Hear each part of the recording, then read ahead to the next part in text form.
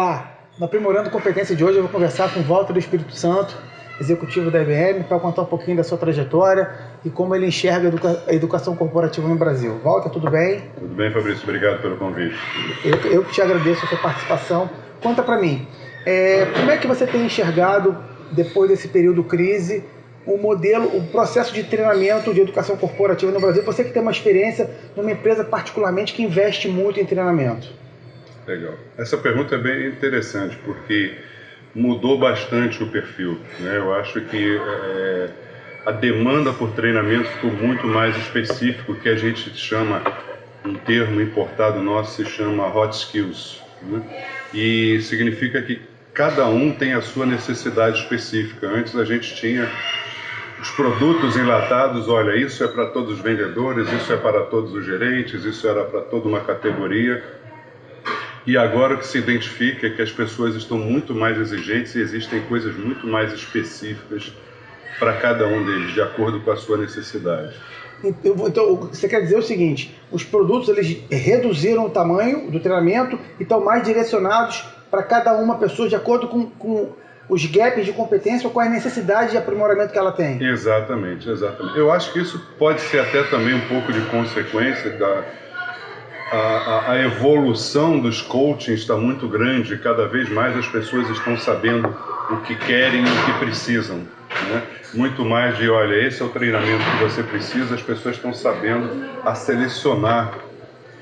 selecionar o que é melhor para si. Então a gama de ofertas tem que aumentar e precisa ser muito específica para cada um.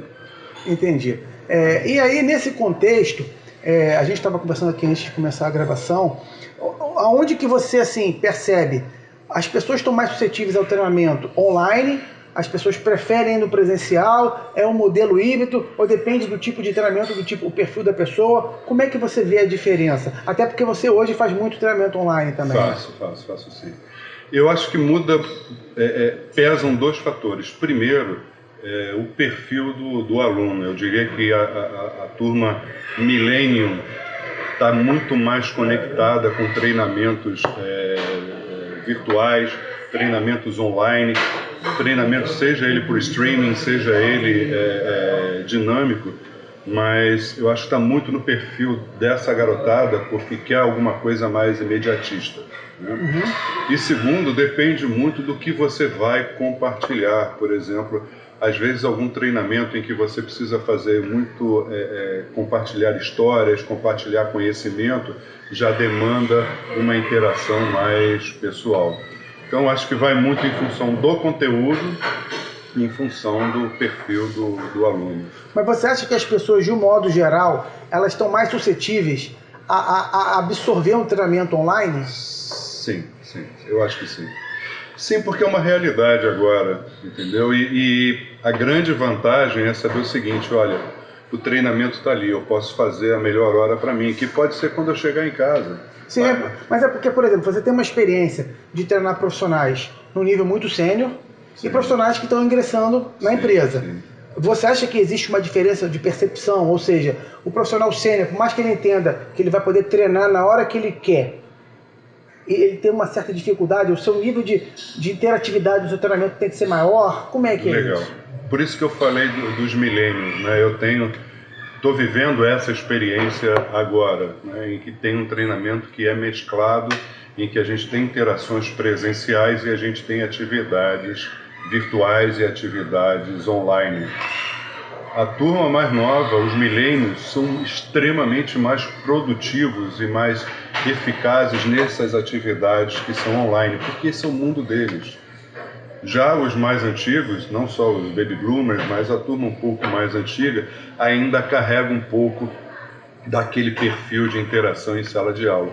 E aí são mais efetivos nessa atividade, entendeu? Mas é uma verdade, a migração está acontecendo e ela não é irreversível, isso vai acontecer. Não tem jeito, o treinamento caminha para isso. Não. Mas a gente percebe muitas vezes o seguinte, a empresa tendo que investir num treinamento super interativo, com games, com pílulas entrando e saindo a cada momento, para tentar prender a atenção da pessoa. E eu penso o seguinte, falando de educação corporativa, se você é um funcionário, a empresa tá te remunerando para você ser treinado. Eu parto do pressuposto que a pessoa deveria estar ali de frente e entender, querer absorver o máximo possível. E ainda assim a empresa tem que gerar essa atratividade. Você concorda com isso? Sim, sim, vamos lá. A sua pergunta fechada, então sim, eu concordo. Sim, mas verdade. existem algumas nuances, né? Falando com o negociador, pergunta aberta, pergunta fechada, eu tô morto aqui.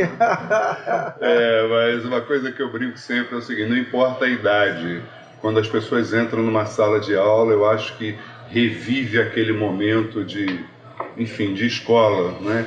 Começando a encher as fileiras de trás, tendo um momento de brincadeira.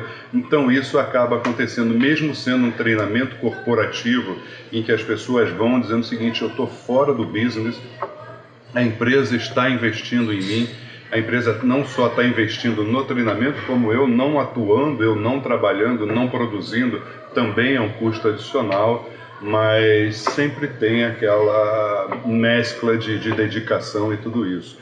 Mas a verdade é que quando eles se conectam num treinamento, como você falou, treinamento virtual tem que ter games, tem que ter pílulas para fazer isso, existem técnicas para você fazer isso, para você atrair a atenção das pessoas. É mais fácil quando o treinamento é virtual, quando você está ao vivo fazendo a interação virtual, porque você consegue perceber... Ainda que online, né? Ainda que online, mas você consegue perceber o comportamento da turma. Quando é simplesmente uma gravação, um streaming que ele vai receber, aí depende de cada um. A grande vantagem do streaming é que ele pode dar pausa, a hora que começa a cansar, ele dá pausa, não vai continuar a mensagem. Entendeu? Eu quando eu gostava de dar treinamento, eu costumava ir para a empresa, eu costumava falar exatamente isso. Você tem ideia do quanto a empresa está investindo para você não estar trabalhando e quanto ela investiu para a gente estar aqui treinando vocês? Isso para tentar ver se a gente trazia as pessoas para ver a importância, porque muitas vezes, e isso acabou, as pessoas entendiam o seguinte, vou ter um treinamento, uma convenção, é o lugar que eu vou beber uma cerveja, vou confraternizar e o treinamento acaba virando pano de fundo, quando na verdade deveria ser o contrário. E você acredita que, assim, pela sua experiência, há muitos anos numa empresa, mais de 40 anos, a cabeça das pessoas, elas entendem a importância daquilo tudo? Entende. Isso daí é fato, entende que está ali. E mais do que isso, você começou dizendo, nós passamos por um momento de baixa demanda em função da crise, e hoje acaba que as pessoas acabam valorizando muito mais quando vê que a empresa está investindo em treinamento. Fala, putz, nesse momento de crise, apesar da gente estar tentando sair do buraco, apesar de toda essa situação da economia, a minha empresa está investindo no meu desenvolvimento.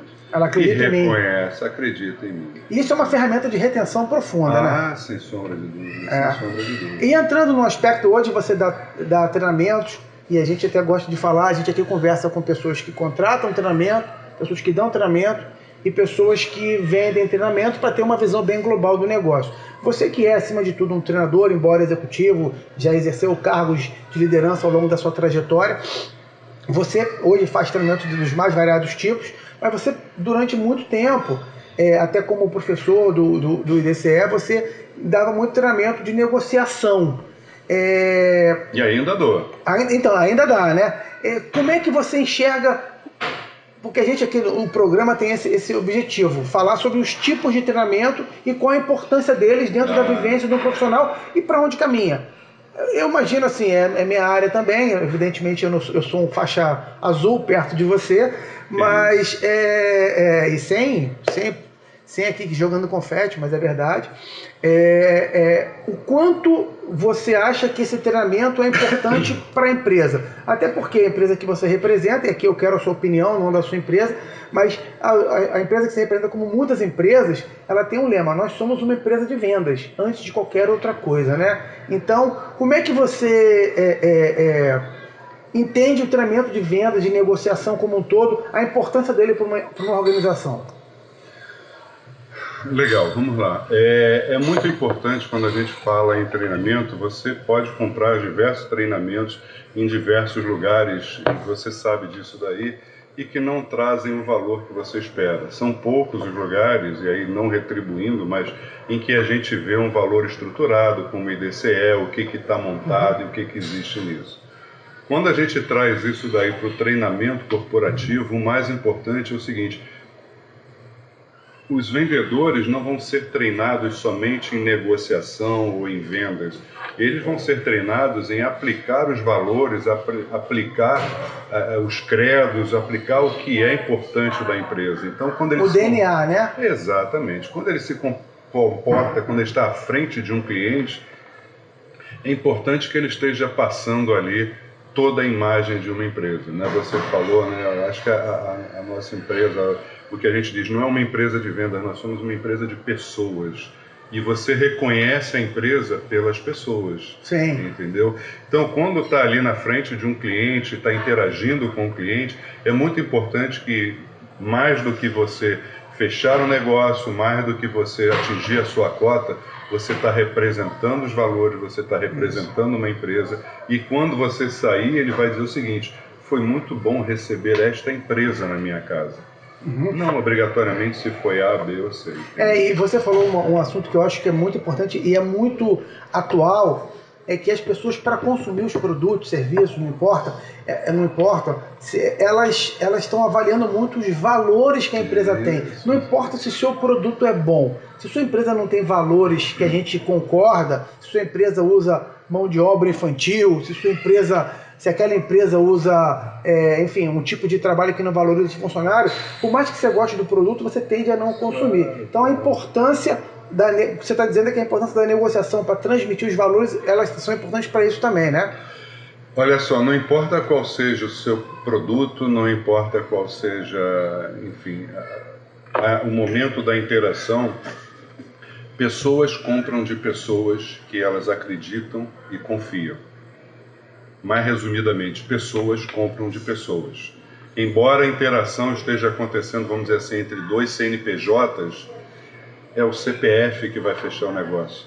Então, por melhor que seja o meu produto, se você não gostar de mim, não vou conseguir ter sucesso. O terreno é árido, nada vai ser plantado. Então, é muito importante que nesta interação seja algo muito além do que simplesmente um trade que esteja acontecendo, entendeu? E aí você cria...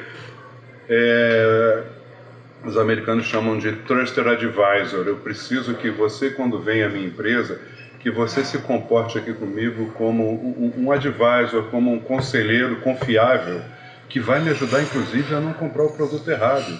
Porque esse eu acho que é a principal capacidade, a principal competência de um negociador e de um vendedor, que é o Client Focus, né?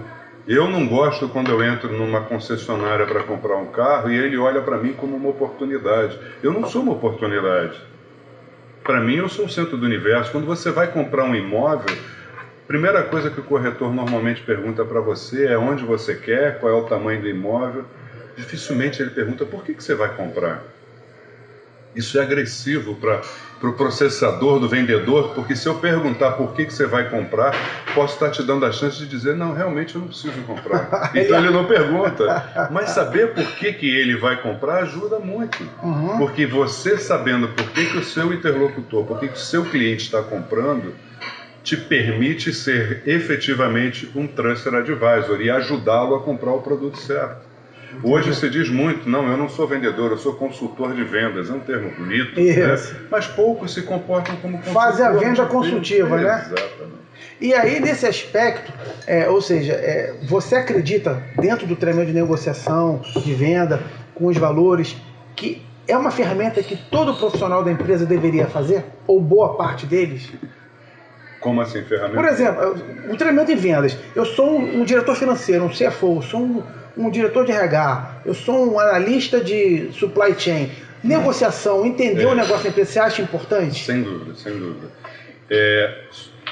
Até separando para ficar mais estruturada a resposta, né, tirando vendas e falando de negociação, eu comecei no início, falei sobre hot skills, né, que são os skills importantes que você precisa ter independente da sua posição. E um dos hot skills é a negociação. Porque você negocia prioridades o tempo todo no teu trabalho. Sim. Você negocia com seu gerente, você negocia com teu peer, com a pessoa que está do teu lado. Agora, esta negociação precisa estar fundamentada em valores, precisa estar fundamentada no caráter, fundamentada em tem que ter um embasamento que garante o seguinte: vai ser extremamente saudável qualquer negociação que exista dentro da empresa, mesmo que não seja uma negociação com o cliente externo. Entendeu? Perfeito. E uma pergunta que eu quero fazer, talvez não seja o seu universo, mas eu acho que a sua visão sobre isso é interessante. O quanto o e-commerce e a inteligência artificial, nas respostas ao consumidor, no atendimento, elas vão ser bem absorvidas para o consumidor, porque a gente fala tanto de humanização, que como o mundo está muito digitalizado, a humanização aproxima as pessoas, e por outro lado o mercado tende para um e-commerce, ou seja, você faz o autosserviço e você é respondido por uma inteligência artificial que te responde, um robô te responde as perguntas frequentes. Não é dicotômico isso? Não. Vamos lá, só para a gente estruturar bem. O robô vai responder para você o que um humano ensinou ele a responder. Perfeito. Então, mas não tem um olho no olho, né?